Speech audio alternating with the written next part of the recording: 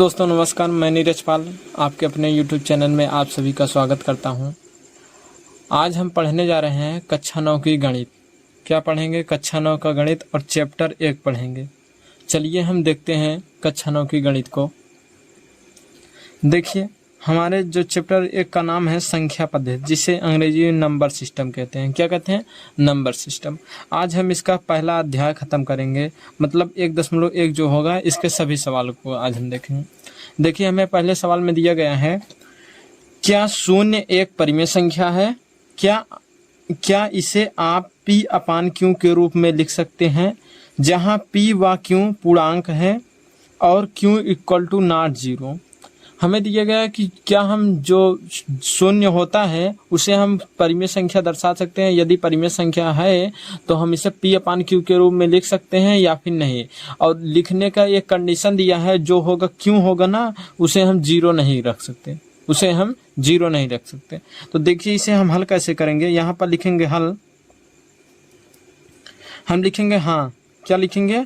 हाँ शून्य एक परिमेय संख्या है। क्या लिखेंगे? हाँ शून्य एक परिमेय संख्या है। क्या? शून्य एक परिमेय संख्या है। अब जब शून्य एक परिमेय संख्या होगा तो इसे हम p अपान q के रूप में भी लिख सकते हैं। मतलब इस फॉर्म में हम लिखेंगे, इस फॉर्म में हम इसे लिख सकते हैं p अपान q के रूप में। ऐसा हम लिखेंगे तो हम इसे कैसे लिख सकते हैं? हमें जो q यहाँ पर 0 नहीं रखना है, तो हम यहाँ q के स्थान पे हम क्या लिख सकते हैं? हम यहाँ पर q के स्थान पे 1 लिख सकते हैं। 0 नहीं रख रहे हैं लेकिन हम 1 लिख सकते हैं। और जो होगा हम p के स्थान पे 0, और इसका मान सदैव कितना होगा? शून्य होगा। कितना होगा? शून्य। अतः यह एक क्या है? यह एक परिमेय संख्या है। क्या है? परिमेय संख्या। ठीक, ये शून्य जो है परिमेय संख्या। और हमें देखिए सवाल में दिया गया है कि शून्य को छोड़कर हम q के स्थान पर कोई भी संख्या ले सकते हैं।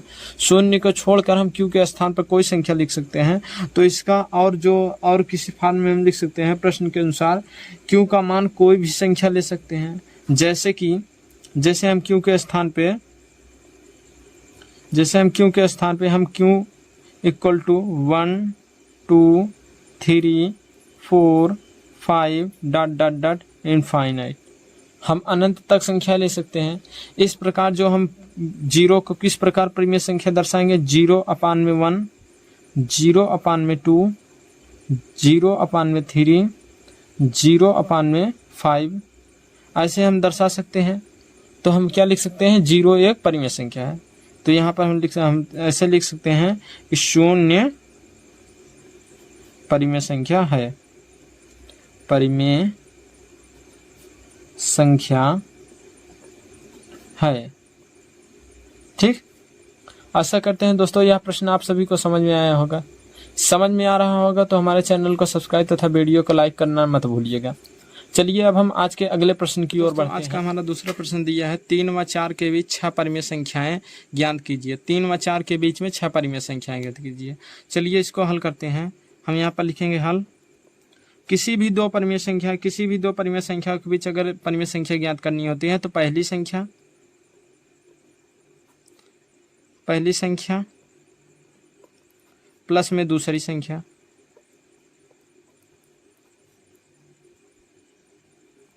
और इन दोनों के बटे में 2 लगा देते हैं। मतलब पहली संख्या और दूसरी संख्या का हम आधा कर देते हैं तो हमें परिमेय संख्या प्राप्त हो जाती है।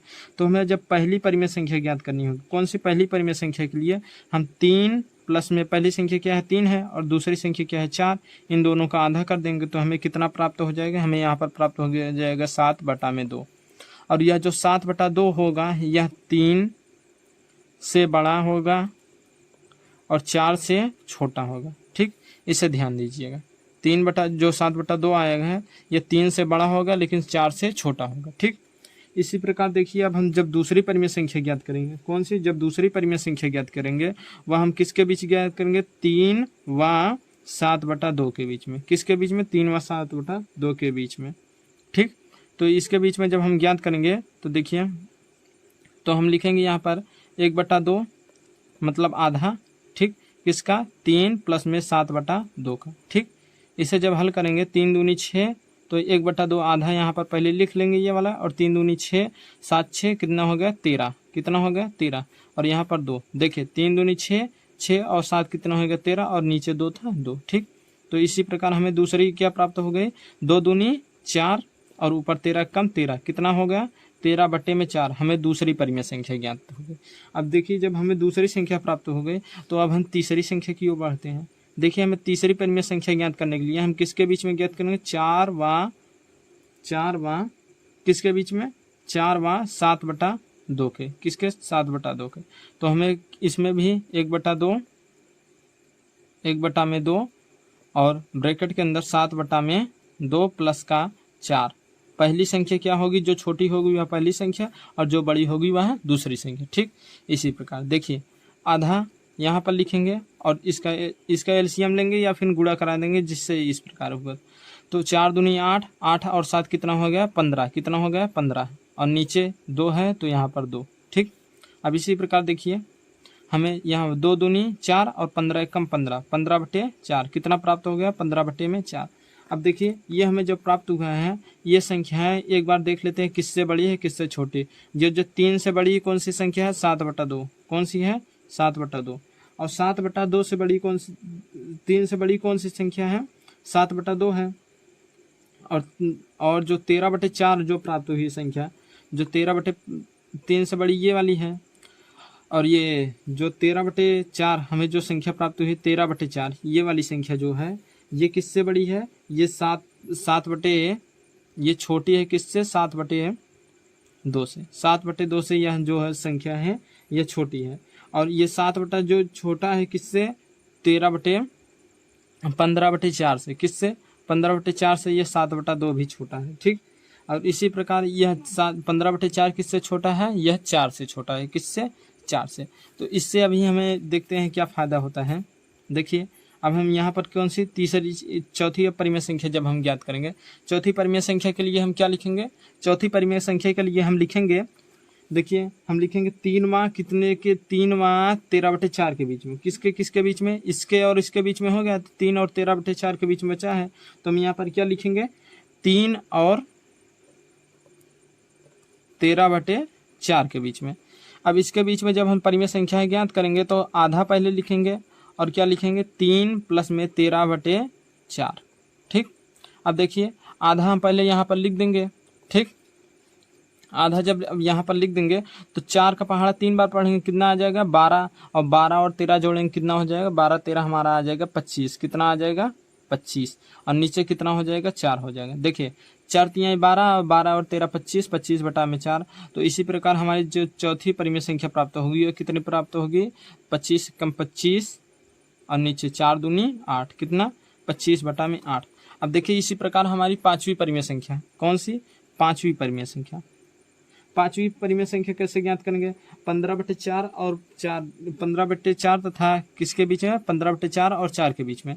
तो हमें चौथी परिमेय संख्या 15/4 और 4 के बीच में। ठीक, तो देखिए 1/2 क्या लिखेंगे 1/2 और क्या लिखेंगे 15/4 प्लस का 4।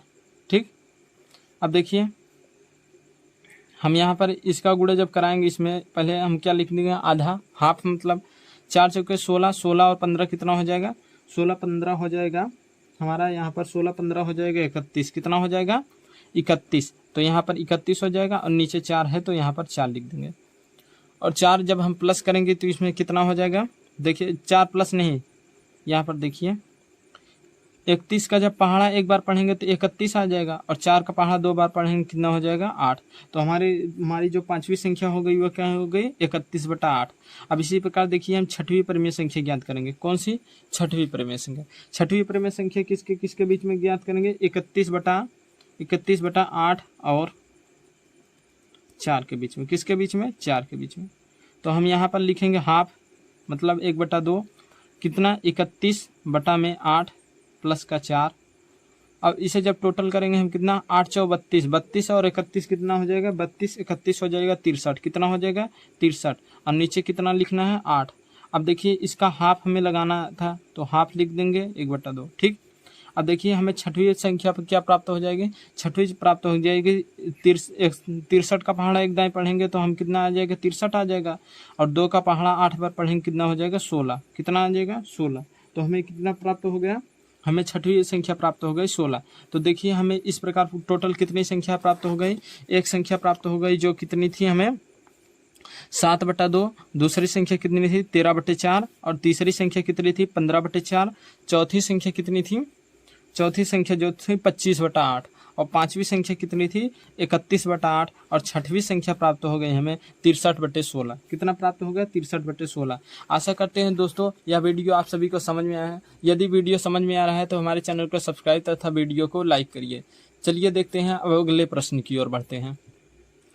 देखिए दोस्तों आज का हमारा तीसरा प्रश्न है 3/5 तथा 4/5 के बीच 5 परिमेय संख्याएं ज्ञात कीजिए। 3/5 तथा 4/5 के बीच में कितनी परिमेय संख्या है, 5 परिमेय संख्याएं ज्ञात करनी है। तो हमें अभी पता होगा पहली संख्या और प्लस दूसरी संख्या अपान में 2, तो हमें तीसरी संख्या प्राप्त हो जाएगी। इसी प्रश्न के इसी अनुसार हम करते हैं। हमें पहली संख्या कितनी है 3/5, प्लस में दूसरी संख्या कितनी है 4/5, और इन दोनों का हम क्या करेंगे आधा कर देंगे। ठीक, तो हमें एलसीएम तो हमें कितना इसमें प्राप्त होगा 5 हो जाएगा। ठीक, एलसीएम और यहाँ पर हम आधा लिख देते हैं। एलसीएम हमें जब 5 प्राप्त हो गया, जब हमें एलसीएम यहाँ नीचे जो समान अगर होगा नीचे वाला संख्या तो हम ऊपर वाली संख्या को अगर प्लस होगा तो जोड़ देंगे, माइनस होगा तो घटा देंगे। इस प्रकार 4 3 कितना हो जाएगा 7 हो जाएगा। ठीक, तो हमें संख्या क्या प्राप्त हो जाएगी यहाँ पर 5 दूनी 10 और 7 एकम 7, तो कितना 7/10। पहली संख्या कितनी प्राप्त हो गई 7/10, ये हमारी पहली संख्या थी। इसी प्रकार देखिए दूसरी संख्या हम किसके बीच में ज्ञात करेंगे, हम 3/5 और तथा 7/10 के बीच में। किसके 3/5 और 7/10 के बीच में। जब इन दोनों के बीच में हम संख्याएं ज्ञात करेंगे तो हम पहले हाफ लिखेंगे और फिर क्या लिखेंगे 3/5 प्लस का 7/10। ठीक, इसको हल करेंगे। देखिए हाफ इन दोनों का एलसीएम कितना आ जाएगा, एलसीएम आएगा 10, और 10 एलसीएम आ गया। तो अब इसे हल कैसे करेंगे, देखिए 5 का पहाड़ा कितनी बार पढ़ेंगे 2 बार, और जो 2 आया है 2 बार पढ़ेंगे तो हमें 10 प्राप्त होगा। इसी 2 से 3 में गुणा करें, 3 दूनी 6, प्लस लगा है प्लस लगा लेंगे। 10 का पहाड़ा एक बार पढ़ेंगे तो 10 कट जाएगा, तो 1 से 7 में गुणा कराएंगे 7 एकम 7। ठीक, तो ये हमारा हो जाएगा। अब हमें देखिए दूसरी संख्या हमें प्राप्त कितनी हो रही है 1/2 गुणे में 10 यहाँ पर नीचे और ऊपर कितना है 7 6 13, कितना है 13, तो हमें प्राप्त हो गया 13/20। कितना प्राप्त हो गया दूसरी संख्या 13/20। अब हम देखिए तीसरी परिमेय संख्या है।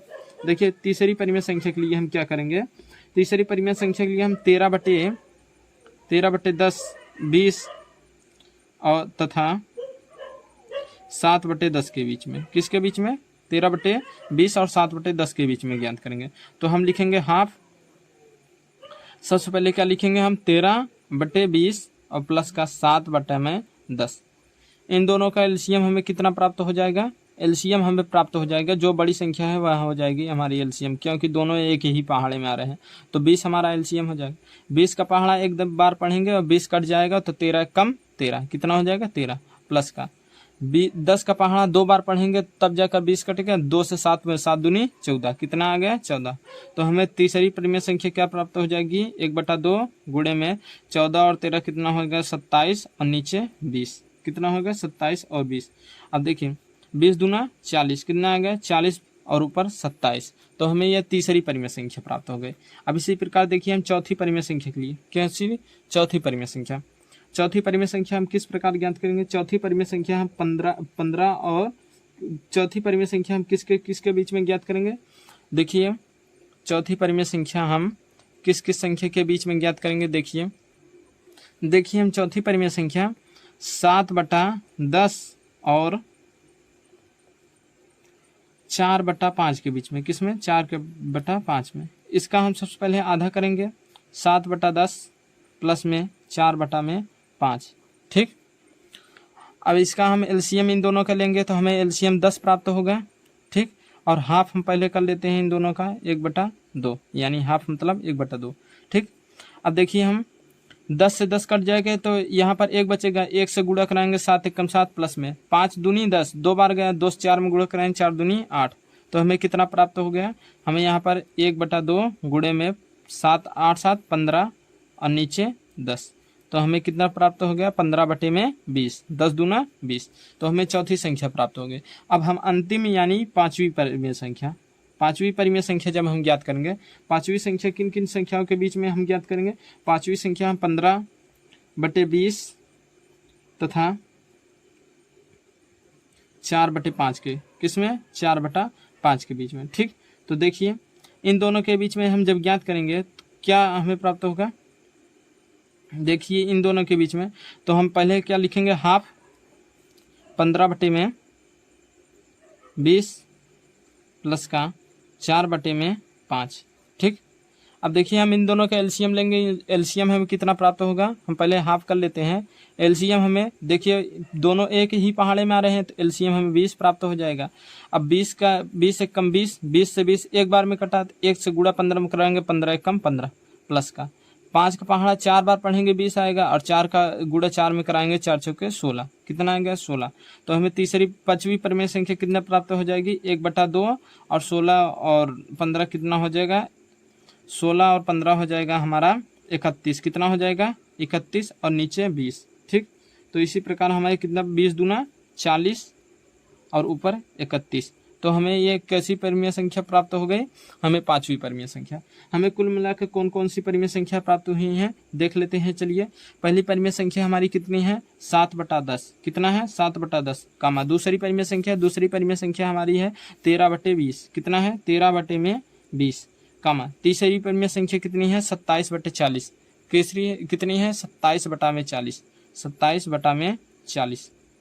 चौथी परिमेय संख्या कितनी है हमारी 15/10, कितना 15/20 है, सॉरी 15/20, तो 15/20 कमा। पांचवी परिमेय संख्या 31/40, 31/40।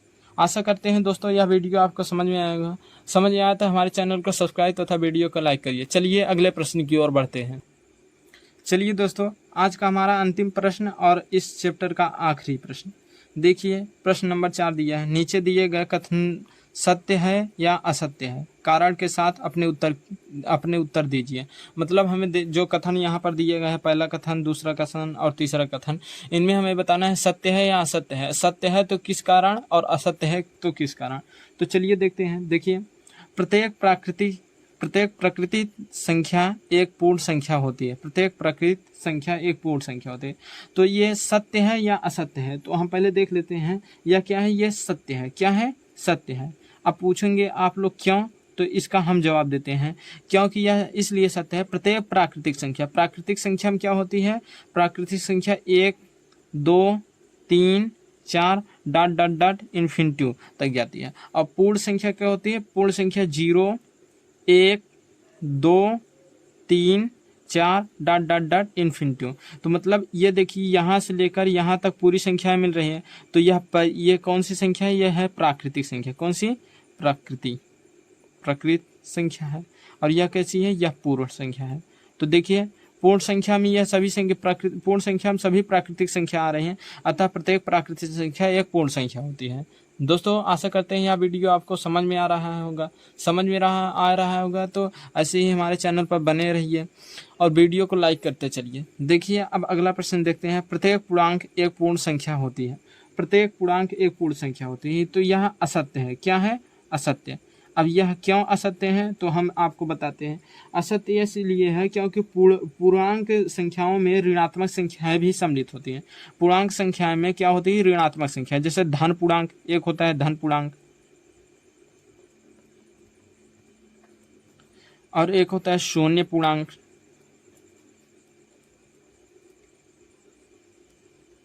और एक होता है ऋण पूर्णांक। तो इसमें दिया प्रत्येक पूर्णांक एक पूर्ण संख्या होती है, और जो होती है पूर्ण संख्या वो सदैव धनात्मक होती है। पूर्ण संख्या कैसी होती है, पूर्ण संख्या धनात्मक, पूर्ण संख्या धनात्मक होती है, धनात्मक होती है। ठीक, पूर्ण संख्या कैसी होती है, धनात्मक होती है। अब देखिए अगला प्रश्न है, प्रत्येक परिमेय संख्या है एक पूर्ण संख्या होती है। प्रत्येक परिमेय संख्या पूर्ण संख्या होती है, यह भी असत्य है। क्या है? असत्य है। कैसे? प्रत्येक परिमेय संख्या एक पूर्ण संख्या होती है, तो यह उदाहरण से हम चलिए समझते हैं। 1 जो होता है 1/2 या फिर 1/3, यह क्या है? यह परिमेय संख्या है, परिमेय है, परंतु यह पूर्ण नहीं है। तो परंतु यह पूर्ण संख्या नहीं है। क्या नहीं है? पूर्ण संख्या पूर्ण नहीं है। आशा करते हैं दोस्तों यह वीडियो आज का आप लोगों को समझ में है। यदि समझ में आए हो तो हमारे वीडियो को लाइक तथा चैनल को सब्सक्राइब करिए। ऐसे ही और वीडियो पाने के लिए हमारे चैनल के सब्सक्राइब करने के बाद बेल आइकन को जरूर प्रेस करिए। थैंक यू, धन्यवाद। Thanks for watching.